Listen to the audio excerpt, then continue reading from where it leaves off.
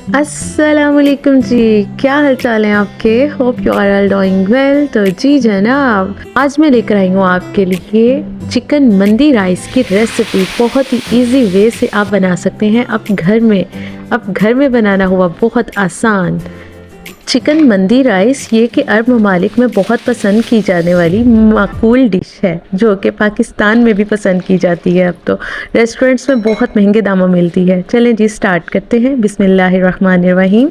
यहाँ जी यखनी के लिए मैंने ले लिए हैं 5 गिलास पानी के। इसमें मैंने डाल दिए हैं 2 छोटे प्याज, और ये मैंने इसी तरह हाफ कट करके ऐड किए हैं। ये आप देखें, इनकी कटिंग ऐसे ही मैंने साबुत ही रहने दी है। और आपके पास अगर बड़ा प्याज है तो आप एक ही शामिल कर सकते हैं। तो मेरे पास थे छोटे प्याज, तो मैंने छोटे प्याज शामिल कर दिए 2 अदद।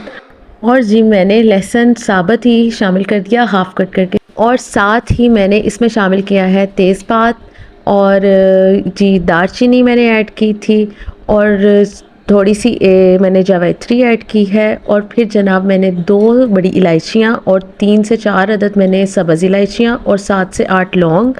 और इसके बाद जी मैंने 2 चम्मच मैंने ज़ीरा के ऐड किए हैं। और ख़्याल रहे इसमें आपने अदरक शामिल नहीं करना, ये ना हो कि आप अदरक भी शामिल कर दें। अदरक इसमें बिल्कुल नहीं जाएगा, ना ही कोई सब्ज़ मिर्च जाएगी।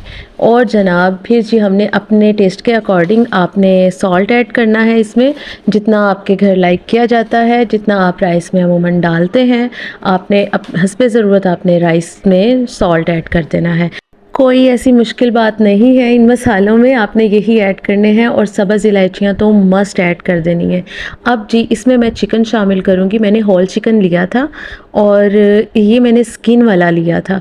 इस पे स्किन लगी हो, और ये मस्ट है मंदी राइस में, ये ज़रूरी है कि स्किन वाला चिकन ही आपने यूज़ करना है। और जनाब इसको आपने अच्छी तरह से वॉश करना है। ये फ़्रोज़न मिल जाता है, आपको मार्केट से फ़्रोज़न मिल जाएगा, K&N's का या किसी भी कंपनी का, आप देख लीजिएगा।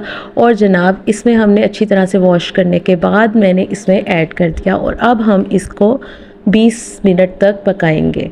और इसकी यखनी निकल आए, हमने 20 मिनट वेट करना है। मंदी राइस में ये चिकन आप कट भी कर सकते हैं, इसको 4 पीसेस में कटवा के, लेकिन स्किन वाले पीसेस ही आप ले सकते हैं, और फिर ही इसका मज़ा है। असल मज़ा स्किन वाले चिकन का ही है। और जनाब ये जो है ना डिश बड़ी माकूल डिश है, बहुत मानी तानी डिश है अरबी ममालिक की। और जनाब यहाँ पे भी बहुत पसंद की जा रही है। और आजकल तो इतनी ट्रेंडी हो गई है ना कि हर दूसरा बंदा कहता है भाई मंदी राइस खाने हैं, मंदी राइस खाने गए थे, मंदी राइस खाए हैं, मंदी मंदी हुआ पड़ा है।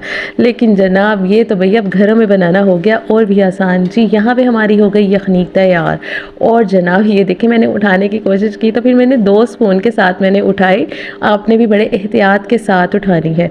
बेसिकली ये ओवन में करते हैं, इसको रोस्ट बेक करते हैं इसको, होल चिकन को। लेकिन मैं आपके लिए बहुत आसान तरीके के साथ इसको करूँगी, स्टीमर के बग़ैर और ओवन के बग़ैर। यहाँ पे देखिएगा मैंने थोड़ी सी ले ली है यखनी, 3-4 चम्मच मैंने यखनी के ले लिया, और इसमें 2 चम्मच मैंने ऑयल के ऐड कर दिए हैं। और अब जनाब इसमें मैं ऐड करूँगी paprika powder. Paprika powder actually में ये होता है लाल शिमला मिर्च होती है ना, ये उसका पाउडर होता है ड्राई फार्म में। देन आप अगर ये नहीं भी है तो कई लोग होते हैं कश्मीरी मिर्च भी डाल लेते हैं, लेकिन मैं मानती हूँ कि पेपरिका पाउडर का टेस्ट ही अलग है। अगर आप ये शामिल करें तो वेल एंड गुड। बट अब इसमें हमने शामिल कर दिया है सॉल्ट अकॉर्डिंग टू टेस्ट, और साथ ही हमने इसमें शामिल कर दी है लाल मिर्च। और ये भी अपने टेस्ट के मुताबिक आप स्पाइसी रख सकते हैं, क्योंकि इसमें हमने अप्लाई करना है अपने होल चिकन पे। और यहाँ पे मैंने जी थोड़ा सा गरम मसाला ऐड किया है। देन हमने साथ में पिसा हुआ धनिया ऐड कर दिया है, मतलब धनिया पाउडर, खुश्क धनिया पाउडर मैंने ऐड किया है। और इसके बाद जी मैंने ब्लैक पेपर, काली मिर्च, ये मैंने ऐड कर दी है, ठीक है। और जी अब मेन पार्ट जो है ना, हमने इसमें रेड फूड कलर भी मैंने ऐड किया है।